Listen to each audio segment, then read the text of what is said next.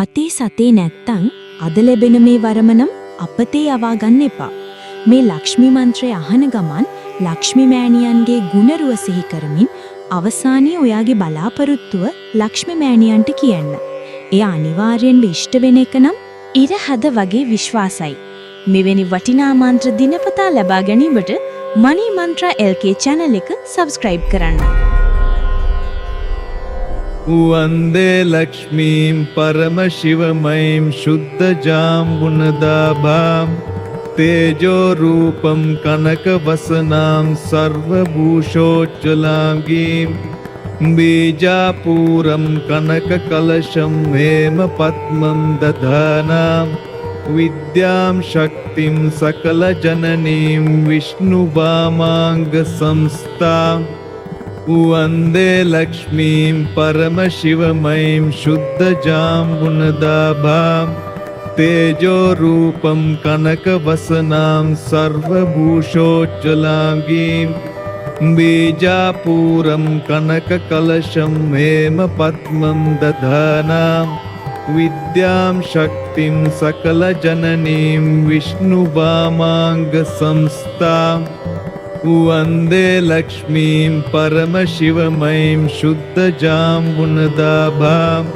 तेजोरूपं कनकवसनां सर्वभूषोज्ज्वलाङ्गीं बीजापूरं कनककलशं हेमपद्मं दधानां विद्यां शक्तिं सकलजननीं विष्णुवामाङ्गसंस्थां वन्दे लक्ष्मीं परमशिवमयीं शुद्धजाम्बुनदाभां तेजोरूपं कनकवसनां सर्वभूषोज्ज्वलाङ्गीं बीजापूरं कनककलशं हेमपद्मं दधानां विद्यां शक्तिं सकलजननीं विष्णुवामाङ्गसंस्थां वन्दे लक्ष्मीं परमशिवमयीं शुद्धजाम्बुनदाभां तेजोरूपं कनकवसनां सर्वभूषोज्ज्वलाङ्गीं बीजापूरं कनककलशं हेमपद्मं दधानां विद्यां शक्तिं सकलजननीं विष्णुवामाङ्गसंस्थां वन्दे लक्ष्मीं परमशिवमयीं शुद्धजाम्बुनदाभां तेजोरूपं कनकवसनां सर्वभूषोज्ज्वलाङ्गीं बीजापूरं कनककलशं हेमपद्मं दधानां विद्यां शक्तिं सकलजननीं विष्णुवामाङ्गसंस्थां वन्दे लक्ष्मीं परमशिवमयीं शुद्धजाम्बुनदाभां तेजोरूपं कनकवसनां सर्वभूषोज्ज्वलाङ्गीं बीजापूरं कनककलशं हेमपद्मं दधानां विद्यां शक्तिं सकलजननीं विष्णुवामाङ्गसंस्थां वन्दे लक्ष्मीं परमशिवमयीं शुद्धजाम्बुनदाभां तेजोरूपं कनकवसनां सर्वभूषोज्ज्वलाङ्गीं बीजापूरं कनककलशं हेमपद्मं दधानां विद्यां शक्तिं सकलजननीं विष्णुवामाङ्गसंस्थां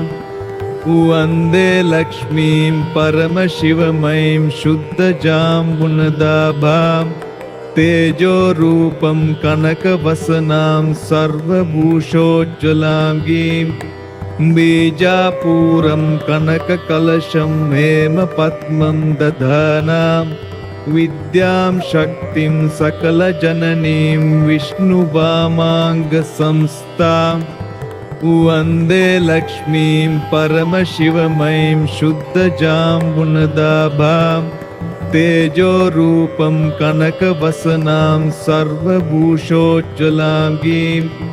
बीजापूरं कनककलशं हेमपद्मं दधानां विद्यां शक्तिं सकलजननीं विष्णुवामाङ्गसंस्थां वन्दे लक्ष्मीं परमशिवमयीं शुद्धजाम्बुनदाभां तेजोरूपं कनकवसनां सर्वभूषोज्ज्वलाङ्गीं बीजापूरं कनककलशं हेमपद्मं दधानां विद्यां शक्तिं सकलजननीं विष्णुवामाङ्गसंस्थां वन्दे लक्ष्मीं परमशिवमयीं शुद्धजाम्बुनदाभां तेजोरूपं कनकवसनां सर्वभूषोज्ज्वलाङ्गीं बीजापूरं कनककलशं हेमपद्मं दधानां विद्यां शक्तिं सकलजननीं विष्णुवामाङ्गसंस्थां वन्दे लक्ष्मीं परमशिवमयीं शुद्धजाम्बुनदाभां तेजोरूपं कनकवसनां सर्वभूषोज्ज्वलाङ्गीं बीजापूरं कनककलशं हेमपद्मं दधानां विद्यां शक्तिं सकलजननीं विष्णुवामाङ्गसंस्थां वन्दे लक्ष्मीं परमशिवमयीं शुद्धजाम्बुनदाभां तेजोरूपं कनकवसनां सर्वभूषोज्ज्वलाङ्गीं बीजापूरं कनककलशं हेमपद्मं दधानां विद्यां शक्तिं सकलजननीं विष्णुवामाङ्गसंस्थां वन्दे लक्ष्मीं परमशिवमयीं शुद्धजाम्बुनदाभां तेजोरूपं कनकवसनां सर्वभूषोज्ज्वलाङ्गीं बीजापूरं कनककलशं हेमपद्मं दधानां विद्यां शक्तिं सकलजननीं विष्णुवामाङ्गसंस्थां वन्दे लक्ष्मीं परमशिवमयीं शुद्धजाम्बुनदाभां तेजोरूपं कनकवसनां सर्वभूषोज्ज्वलाङ्गीं बीजापूरं कनककलशं हेमपद्मं दधानां विद्यां शक्तिं सकलजननीं विष्णुवामाङ्गसंस्थां वन्दे लक्ष्मीं परमशिवमयीं शुद्धजाम्बुनदाभां तेजोरूपं कनकवसनां सर्वभूषोज्ज्वलाङ्गीं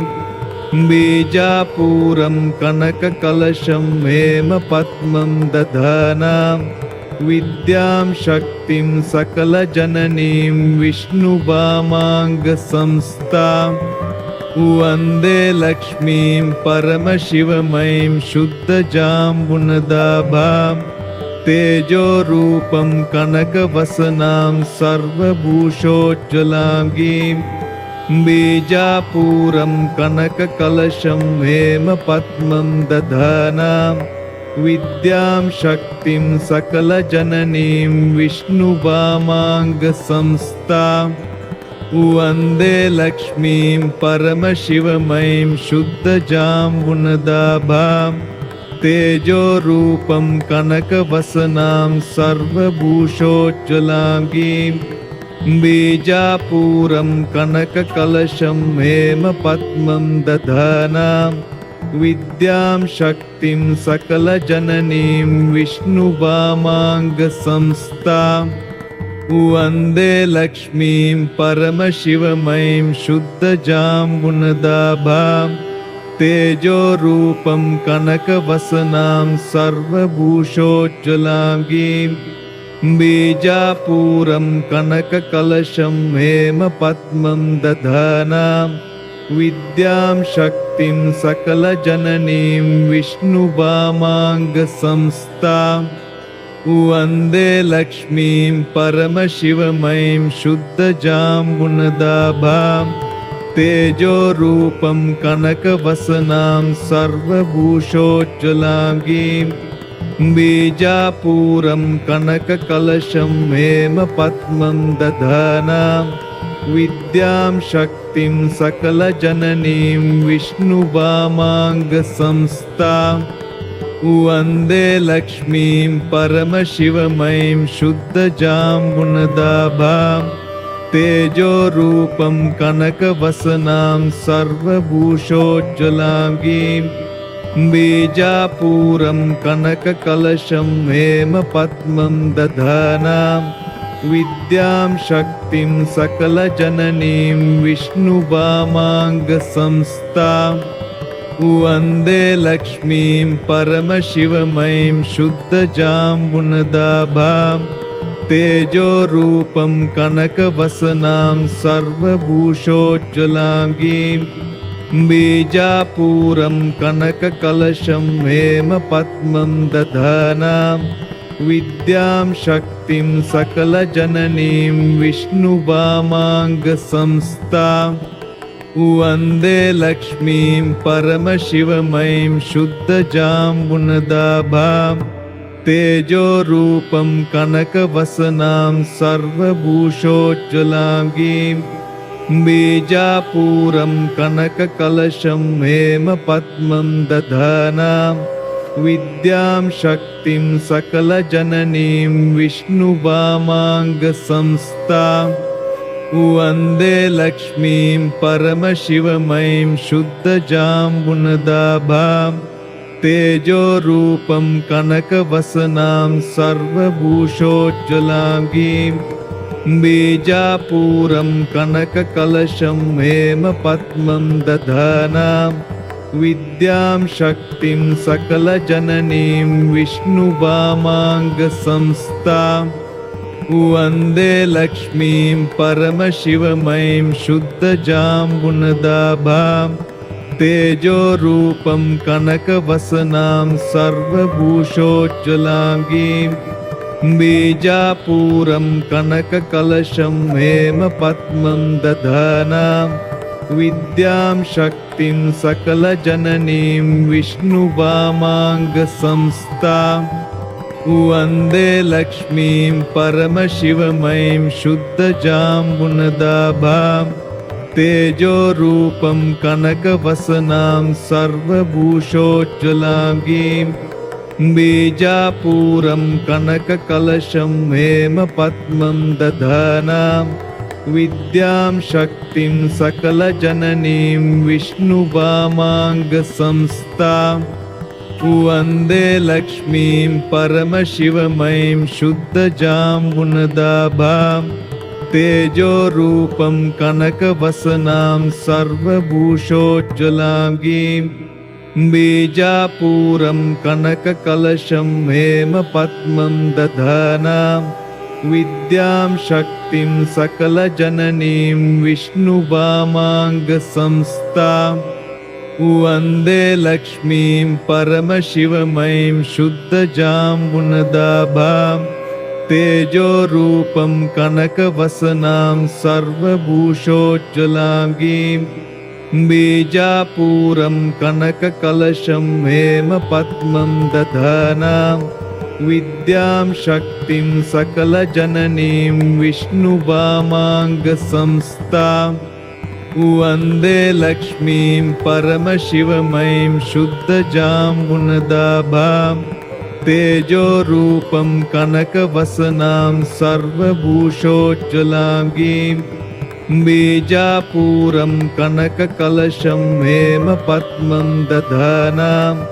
विद्यां शक्तिं सकलजननीं विष्णुवामाङ्गसंस्थां वन्दे लक्ष्मीं परमशिवमयीं शुद्धजाम्बुनदाभां तेजोरूपं कनकवसनां सर्वभूषोज्ज्वलाङ्गीं बीजापूरं कनककलशं हेमपद्मं दधानां विद्यां शक्तिं सकलजननीं विष्णुवामाङ्गसंस्थां वन्दे लक्ष्मीं परमशिवमयीं शुद्धजाम्बुनदाभां तेजोरूपं कनकवसनां सर्वभूषोज्ज्वलां गीं बीजापूरं कनककलशं हेमपद्मं दधानां विद्यां शक्तिं सकलजननीं विष्णुवामाङ्गसंस्थां वन्दे लक्ष्मीं परमशिवमयीं शुद्धजाम्बुनदाभां तेजोरूपं कनकवसनां सर्वभूषोज्ज्वलां गीं बीजापूरं कनककलशं हेमपद्मं दधानां विद्यां शक्तिं सकलजननीं विष्णुवामाङ्गसंस्थां